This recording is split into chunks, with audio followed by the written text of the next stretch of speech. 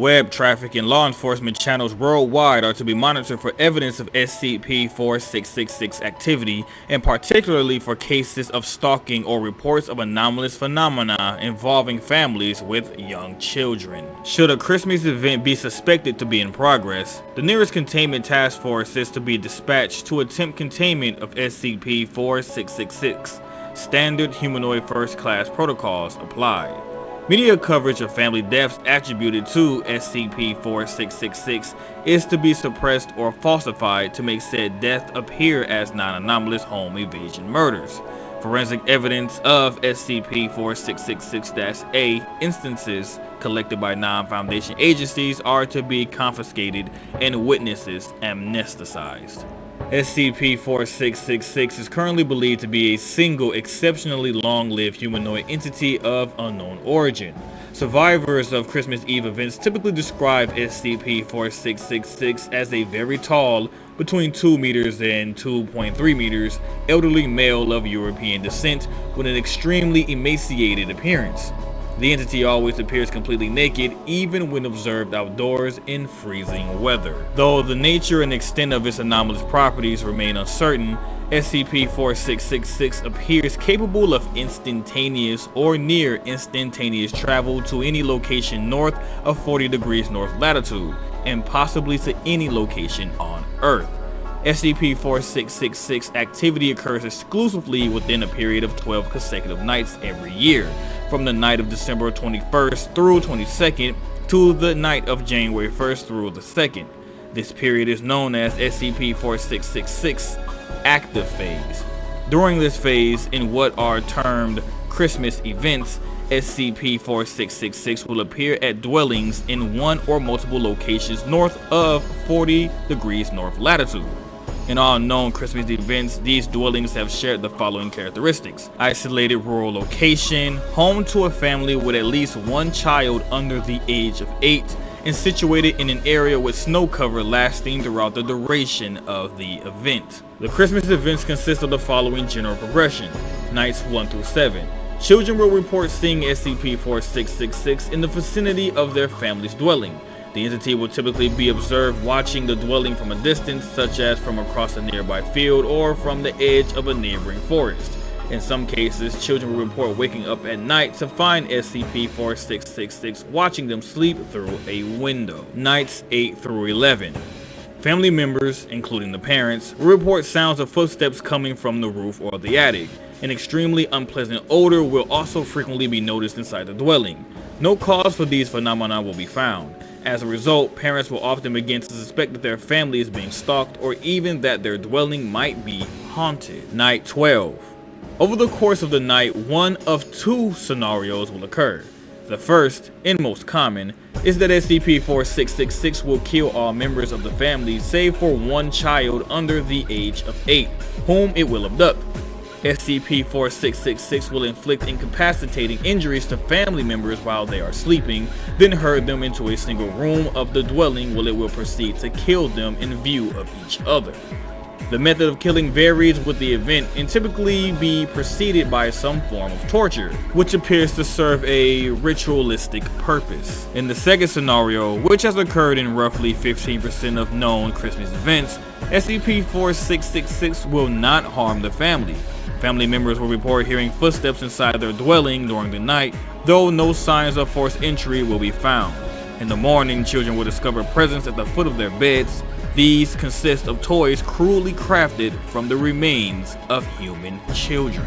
SCP-4666 existence and ongoing activity were first detected in 1974 through the Foundation's newly implemented anomalous signature recognition program, when several highly similar home invasion incidents resulting in family deaths were found to have occurred throughout the Northern Hemisphere during the night of January 1st through the 2nd. Extensive research into civilian and law enforcement archives worldwide eventually uncovered evidence of probable Christmas events for nearly every preceding year, going back to the late 18th century average of 3.1 known events per year. Numerous historical documents were also found which appear to describe SCP-4666 activity occurring prior to this period, in some cases as early as the 2nd century AD in Europe and Russia. in as early as the 1st century BC in Scandinavia. Fingerprints belonging to the same humanoid entity have been discovered at the locations of all Foundation investigated Christmas events. These have been matched to a partial fingerprint found preserved in dry blood on a recovered SCP-4666 instance dating from 1873. The fingerprints present characteristics not known to occur in human beings. Human-like white hairs were also recovered from the locations of several Christmas events, though no DNA, human or otherwise, could be extracted from them. On February 1st, 2018, several SCP-4666 instances was discovered at a family's residence in Hoona, Alaska, following the conclusion of Christmas event number 060198.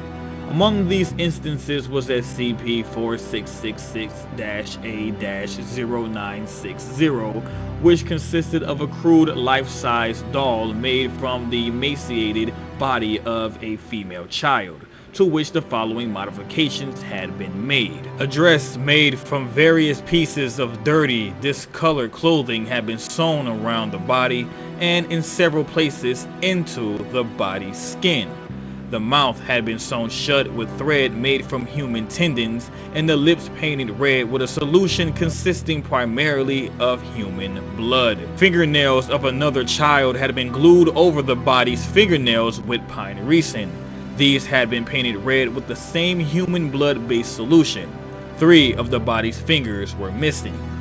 The entire scalp had been removed from the head, and the scalp of another child with long blonde hair sewn onto the head in its place. The hair had been tied into 2 braids. Both eyes have been removed, and 2 large round pebbles on which eyes had been crudely painted placed into the empty orbits. Upon examination by the family, the child from whom the doll had been made was found to be still alive, but unconscious. Authorities were notified, and the child was airlifted to Bartlett Regional Hospital in Alaska, where she survived for 18 hours. 2 Foundation agents were dispatched and were able to interview the subject. Following the subject's death, her body was confiscated by agents and all witnesses amnesticized as per standard procedure. DNA testing revealed the subject had been Ekaterina, age 7, a known abduction victim of SCP-4666, taken from her family's residence in Russia on February 1st, 2016. Autopsy of the subject's body showed she had been severely malnourished during the 2 years following her abduction, which had resulted in considerable stunning. Weight was only 15 kilograms, height was only 90 centimeters. A number of scars and burns were present on her skin, and she had suffered 2 bone fractures that had not been reset and had healed improperly. Hands were heavily calloused. Cause of death was attributed to multiple organ failure resulting from severe sustained malnourishment. Audio log 4666-06201. Date February 1st, 2018. Location Bartlett Regional Hospital, Alaska. Interviewers: Agent Antony, Agent Susan Muse attending. Subject: Ekaterina, female, age 7. The subject regained consciousness for a period of roughly 30 minutes prior to expiring, during which she was interviewed. Hospital staff have previously removed the thread that had been sewn into her lips, allowing her to speak. Despite having administered a morphine drip, the subject was largely coherent throughout the interview. The subject did not understand English and initially spoke only a language that was unfamiliar to Agents Antony and Muse. However, after several minutes, the subject began addressing the agents in Russian, which she spoke poorly. Agent Antony, who spoke Russian, was able to conduct the interview without the need for an interpreter. Hello, I'm Antony. What's your name? Are you going to take me back to him? No, I promise. I'm just here to talk to you. I don't want to go back.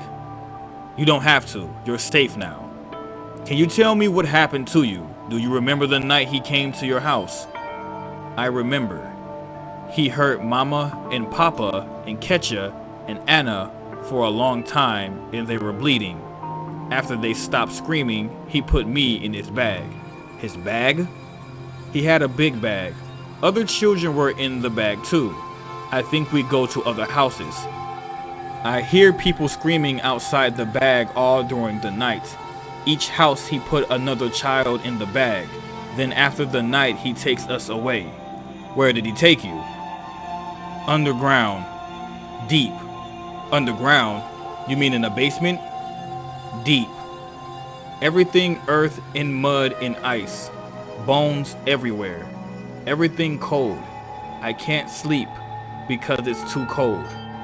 Were there lots of other children there with you? Lots of children. Lots of tunnels. Lots of holes. But I can't see all. I can't see the other. Too dark. My hole is with Renee and Helkla and Sasha and Paul. We make the toys together. The toys. If you don't make the toys, you don't eat. Don't stop making the toys. Don't fall asleep, or he hurt you. He hurts you, how? He hit you, or he burn you, or he bite off your fingers, or he cook you on the fire in his room and eat you. He eat Penelope and Sally. What about you? How did this happen to you? Did he do this? Renee and Helkla and Sasha and Paul do this. They have to. Why? I get sick. When you can't make the toys, you become the toys.